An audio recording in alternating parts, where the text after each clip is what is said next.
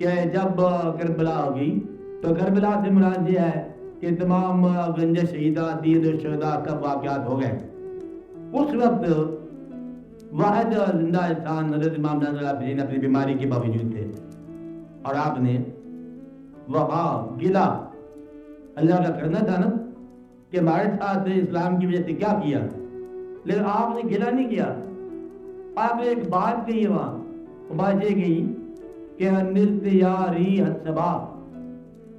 यौमन इला अर्दिल हरम, ऐ हवा यानी कि हवा मादे दबा, आज आप तशरीफ ले चलो अर्द हरम में, बल्लिग सलामी रोज़तन फी अन्नबी अल मुहतरम, आज सलाम कहो मेरा कि हम लुटवा के आ गए सारा कबीला।